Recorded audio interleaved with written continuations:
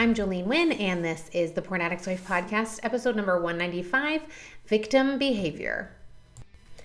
Hello, my lady. If you have a spouse that is struggling with a pornography problem, then you are in the right place. My name is Jolene Wynn, and I am a life coach, a member of the LDS faith, and the wife of a former porn addict. And in this podcast, I am going to teach you how to change the way that you are affected by your husband's choices.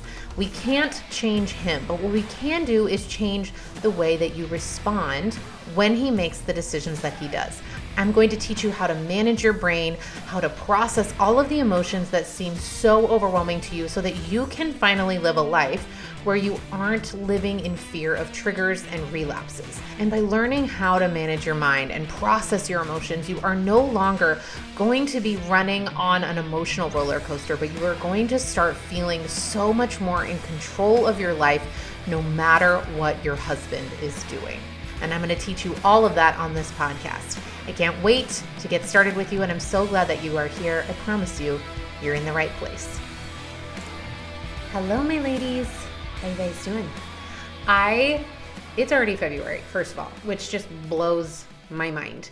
Second of all, with it being February, Valentine's Day is just around the corner. It is only a week and a half from now, which seems a little bit crazy. And I have been thinking about it, and I am going to do a Galentine's Coach-a-thon, okay? Here's what that means. It means that I want to talk to you guys on Valentine's Day. I want to spend my Valentine's Day with you. I know Valentine's Day can bring up a lot of our stuff. It can bring up a lot of our physical insecurities and our sexual insecurities. And I did a whole series of podcasts last year all around sexuality. And if you guys go back and listen to them, they're really, I think, February of 2023. Go listen to all of those. There's a whole series of them. And that's when I created and ran and hosted last year my Confident Sexuality Masterclass. And that is probably I think it's my favorite course that I've created. I think it's my favorite masterclass that I did because it was so transformational. And so I wanted to do something similar this year. And so I decided to do this week that I would love to have you guys come join me. I'm going to do it next week. So starting next Tuesday, Wednesday, Thursday. So February 13th, 14th, and 15th. Yes, we get to spend Valentine's Day together. I am hosting a Galentine's Coach-a-thon because I want to be with you ladies, my Galentines. And we're going to spend 3 days doing a deep dive masterclass workshop on your relationship with sexuality. Okay. And here's what we're going to cover. We're going to cover sexual triggers. We're going to cover sexual expectations, his and yours. We're going to cover how to separate pornography from sex, how to actually break that connection, break up with that lie that they're actually connected because they're not, and processing unconscious sexual shame. Okay. Now I know that sounds like a lot and it sounds really heavy, but I am so excited. I know I get so many messages from you guys around, okay, I'm uncomfortable when, I walk past Victoria's Secret, or I don't know that I want to wear lingerie, or I used to like buying lingerie, but when I'm shopping for lingerie, I want to get his opinion, but I don't want to share it with him because I don't want it to trigger him. Those are the kind of sexual triggers I'm talking about. Or if you are uncomfortable in the bedroom because you might want to try something, or he might want to try something, and immediately your brain connects it back to his pornography use, this is for you. If you want to work on and improve your relationship with sexuality so that you can improve your sexual relationship with your husband, then this is for you. It is $19 and you can come join me for all 3 days. Okay, we're going to do some teaching and a lot of coaching. So please come sign up and please join me live. Again, it'll be next Tuesday, February 13th, then Wednesday the 14th, Thursday the 15th, every day at 10 a.m. Eastern. So make this happen. I know it'll take some rearranging of your schedules. Come live so that I can coach you on your specific struggles, your specific circumstances, the things that come up for you, your triggers, your expectations, your husband's expectations of you, your thoughts about sexuality, things that you feel are shameful, all that. Come live so that I can work with you one-on-one. Okay, again, I'm going to put the link in the show notes, but you can just go to my website, joleneWynn.com, go to the Coach Week tab, and that's where you're going to see all of the information. You'll be able to directly sign up. And again, it's just $19 to join for the whole week. You'll get access to the replay, and I have some really fun bonuses just available for those who come live. So again, come join me. We're going to dive into all of this. Let me help you. I can't wait to see you there. Okay. Today, ladies, I want to talk about victim behavior. And this is so fun. I was talking to my husband about this. I am so excited to talk to you about this because I had a whole bunch of different thoughts that I wanted to talk about, and I was trying to figure out how to put them all together. And the way that this came about, the umbrella that I put them under of victim behavior actually was inspired by my husband. So my husband, when he is home, he helps homeschool our kids, and he's in charge of science. I do not have a math science brain. He takes charge of all the science. And so he's been teaching my kids about animals and all the things that they do. And the other day, he came home, or he was talking to the kids, he's homeschooling the kids, and he said, all right, we're going to learn about animal behavior today. And as he was talking, I was working down in my office. My door was open, so I could hear him. And it just clicked. Okay? He said, what is animal behavior? He's teaching the kids, so all 5 of them join in and they say anything that an animal does. That's animal behavior. And I said, there's my umbrella. That's what this is. Today, ladies, I want to talk to you about victim behavior. And victim behavior is any behavior, anything that a victim does. Okay? So it's not any one specific thing. It's anything that a victim does. Anything that you do with a victim mindset is victim behavior. Now, what makes you a victim? What is victim mindset? This was so fascinating. I started Googling it and I was like, okay, what is a victim mindset? Now, of course, everybody has all different definitions of this, but a victim mindset is basically when you feel like it's not your fault and it's not within your control to change. That's you being the victim. Okay. Now, I am not suggesting that anything that has happened to you in your life is your fault. I'm not saying that your husband's pornography use is your fault. I will never say that, nor will it ever be true, even if I did. Okay. However, if you perpetuate the limiting beliefs in your head that you can only get so far, that is a victim mentality. That is a victim mindset. And anything that we do with that mindset becomes victim behavior. Does that make sense? You guys with me? So there are 2 main things that I wanted to cover today that really illustrate this for me, okay? So the first thing that I wanted to bring up is that just like animals, okay, so for animal behavior, there's instinctive behavior and then there's learned behavior. And in the same way, we have those same things because again, we are mammals. We have the same instincts, okay? And I've talked about this so many times, right? Our instinct, our natural inclination for our brain, okay? Our instinctive behavior is just to survive. We have that motivational triad that our brain is always operating with, and that's what it thinks is best, just to survive. So instinctually, when you are the victim of something, let's say your husband is struggling with pornography, you just find out, or he's just relapsed. You have a flood of negative emotion. Now, again, your brain can't tell the difference between physical pain and emotional pain. So all of that negative emotion that you feel, all of that negative pain, that emotional pain that you're feeling, your brain wants to respond instinctively. Now, what it always wants to do is it wants to get out of the pain as quickly as possible. So what it's going to do is it's going to shove it down, bury it, pretend it's not there. It's going to want to distract you with something that feels better, or it's just going to want to avoid it altogether. It's going to say, you know what, this relationship isn't working. I don't deserve this. I don't want to be in this anymore. I'm just going to cut you off. Now, a lot of times in marriage, when you are already married, your brain might not look like, hey, we're going to divorce, or hey, I'm going to separate. What it might look like is your brain swinging into apathy. Okay. And this is what it feels like is whatever. I don't even care. You know what? I'm just not even going to worry about him. I just can't deal with that right now. So I'm just going to kind of close that off. We just kind of build these emotional walls internally, trying to protect ourselves from that emotional pain. Does that make sense? So that's instinctual. I've done an episode on that before, where I've talked about our fight or flight response. And that can often happen too. That's another instinct. When you have that flood of negative emotion, is your brain will act instinctively, either the fight, flight, or what's the other one? Fight, flight, or freeze, right? Those are the 3. So you'll either want to combat it head on. That might look like trying to say, All right, for me, that's what I did. Mine went to fight immediately. And I didn't understand how to fight what I was feeling. So I thought Rob had to do all the work. And I've talked about this before. So when my husband told me that he'd been secretly addicted to pornography for 6 years, my initial instinctive response was, no problem, we can totally handle this. And by we can totally handle this, I meant, okay, let's aggressively attack this. And the only way that I know how to do that is for you to do all the work. I only know that I'm feeling this way. I thought I'm feeling this way because of what you're going through. So you need to solve your problem so that then I feel better. I did not understand how my thoughts were actually creating my feelings. I did not understand that working through my thoughts and learning how to process my feelings is actually what would create the healing. I thought, okay, here's this problem and you need to attack it. That was my version of fight. Now I have so many clients that go into flight, that want to leave, that want to escape, that want to, that will immediately leave the house or will immediately withdraw emotionally. Okay. And that can be flight. Flight can be physical or emotional. It can say, you know what? I don't know how to handle this emotionally. So I'm just going to withdraw and I'm just going to protect myself by keeping you emotionally distant. Okay. And I definitely did a little bit of that too, but mine was more aggressive of the head on. And then there's also the freeze, which looks a little bit, it can look a variety of ways. I've seen it look a lot like denial.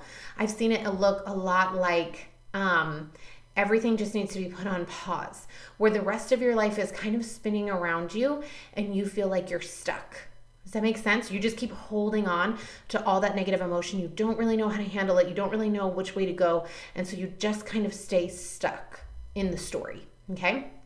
So this is our instinct, okay? And as a victim, when you have some, and again, that victim is just anything that's happened to you, right? So let's say your husband's pornography problem, right? If you are a victim to your husband's pornography problem and you act and react instinctively, then what's gonna happen is your brain is gonna wanna keep you there. Your brain doesn't wanna deal with the negative. It doesn't want to handle the negative emotions. It doesn't want to look at it. Instinctively, it wants to just pretend it's not there, shove it away, bury it, try to distract yourself from it and avoid it for as long as possible. And most of the time, ladies, that is a beautiful thing because this is what actually enables us as humans to go through something super traumatic and actually still get through the day-to-day. Right? So anybody that's been through something very, very traumatic and has come out on the other side, what our brain is designed to do is shove it all down and just bring up the bare minimum so that you can get through and survive to the next day. This is great short term, but long term, what ends up happening is all that buried emotion doesn't go anywhere. It just starts to fester. And if you don't actually intentionally go back and do the work of processing and releasing it and letting it go, then it just starts to boil up over time. And that's when we have triggers, right? You guys with me? This is why we have something called PTSD, right? Which I have so many clients that have come to me and said, I feel like I have PTSD, or I do have PTSD from my husband's pornography problem. I am triggered by this, this, and this, because of what I went through before. And that's exactly what happens. When we have emotional reactions to something that's happened in our life, say our husband's pornography problem, then when we haven't handled that and processed that emotion because instinctively we shoved it down, no problem. But when we haven't gone back and looked at that and processed it, then it's still there. And then something outside of us will happen that will remind us or trigger a thought about it that connects the two, and all of that emotion comes flooding back up to the surface. And again, if we still don't know what to do with that, then our brain is going to act instinctively and shove it back down again. Does this make sense? So there's these instinctive behaviors that our brain is wired to do, which is so beautiful because it keeps us protected. It enables us to keep going in a difficult situation. But eventually, we need to learn how to respond, not just instinctively. We need to learn how to master our instincts so that we can tell our brain, no, I don't need to protect myself from these feelings anymore. I'm actually okay to go in and look at them. And that's what enables you to clear them out and leave them behind and not keep carrying that emotional baggage with you, right? So there's that instinctive behavior, and then there are learned behaviors. Okay, so just like animals, right? Animals have instinctive behaviors, and then there's learned behaviors. Okay, so their instinct is fight or flight. Now they might have a learned behavior, just like you might have a learned behavior of, all right, so I've noticed that when I bring up the topic of my husband's pornography problem, he always yells. So I have learned to not bring it up anymore so that he doesn't yell at me and I don't have to feel how I feel when he yells. right? Or he gets defensive or whatever it is. That is a learned behavior, right? We learn from how we interact with our spouse. We might learn what to say, what not to say, when to bring things up, when he's not in the mood, when he is in the mood. You might be able to pick up on his cues, right? Those are all learned behaviors. And just like we have a learned interaction with our spouse, we also have a learned interaction with our brain. Okay, so you have your primitive brain that is designed to run off instinct, that is designed to run off just the pure motivation of keeping you alive. That's its whole designation. Its job is to just keep you alive, and it's done a really good job. But what we have learned from that is how to allow it to run on autopilot. And when we allow it to run on autopilot, then we aren't actually processing and moving past victim mentality. And then we just perpetuate more victim behavior. Does that make sense? So let me see if I can think of a good example for you here. Okay, so as a victim, right, if we have a victim mindset, a victim behavior that is a learned behavior, could be, all right, so I found out about my husband's pornography problem and then I go to therapy and nothing changes. I don't feel any better, or maybe I feel a little bit better because I'm talking to somebody every week, but I don't really get any tools to change anything, and he's not changing anything. And so I don't feel better. Nothing has changed. And so I have learned that reaching out for help and hiring a professional doesn't actually produce what I'm looking for. That is, so I'm still a victim to what my husband is doing. Learned behavior. I tried to change it. It didn't work. So now I don't think that it is going to work. So I don't pursue it again. It's a learned behavior. I have learned from experience that X, Y, and Z. What we don't understand when we are in that victim mindset is that it's still within our ability to control whether or not we try again and whether or not we can create a different result. Again, a victim mindset says, I don't have responsibility or control over what happens to me. I don't have control over the result that I have in my life, right? Does that make sense? The victim mentality is, it's not up to me to change it. And that's the lie. And when we have a learned behavior as a victim, that there is nothing you can do to change it, when you perpetuate that, then you just get more of it. Again, that confirmation bias that our brain is always having is looking for evidence to prove why you're correct. So it always wants to prove you right. So if you think there's nothing you can do to change it, then that's what it's going to find evidence of. That's the learned behavior that it will perpetuate. And yet, ladies, the best news I can ever tell you is that you are in charge of your brain. You are smarter than your brain. You don't have to listen to that instinct response. You don't have to listen to your primitive brain. You can actually use your primitive brain to your advantage, and you can be in charge of it. So instead of everything running on autopilot and the results that you have in your life of not healing and not moving forward and feeling like it was just yesterday, even though it was 15 years ago that you found out about all of this, all of that can change instantly the moment that you decide that it is now in your control. The moment you decide that it is no longer serving you to believe that you have to continue living this way. That's the victim behavior. That is the victim mindset. That is the learned behavior that you don't have to keep learning. You don't have to keep finding proof of and evidence for. You can change that. And it might take some unlearning, and that's totally fine. But your brain is designed to unlearn. You can unlearn. You can literally change the neural pathways in your brain. You can change what your brain patterns have looked like so that you no longer have to stay in that same victim mindset. Whether it's instinctual or learned, you don't have to stay there. Okay? The other thing that I wanted to share today about victim behavior, one of the things that I have seen from so many women is labels. Ladies, I want to offer, and I've said this so many times, I have never met a single human being in my life that has used a label to their service, okay? Whether that is a label like, oh, I have anxiety, or whether it's a label like I am codependent, or I have been reading about this and I'm attachment avoidant, or whatever it is, whatever label you find, narcissism, gaslighting, it is very big right now in our culture to find a label. And ladies, I'm not saying that they're bad and I'm not saying that they're wrong. It can be very helpful to learn about certain labels, certain theories, certain thoughts. However, what I want to caution you against, and what I have found promotes victim behavior is using these labels as an identifier for yourself. When you take a label such as codependent, and you don't just say, hey, here's what codependency is, and I'm going to learn about it, and then I'm going to apply it and see if there's some way that I can reflect and see if it's something that I'm doing in my own life. Rather than doing that, what we do is we take that label and then we apply it to our own identity, and we say, I am codependent.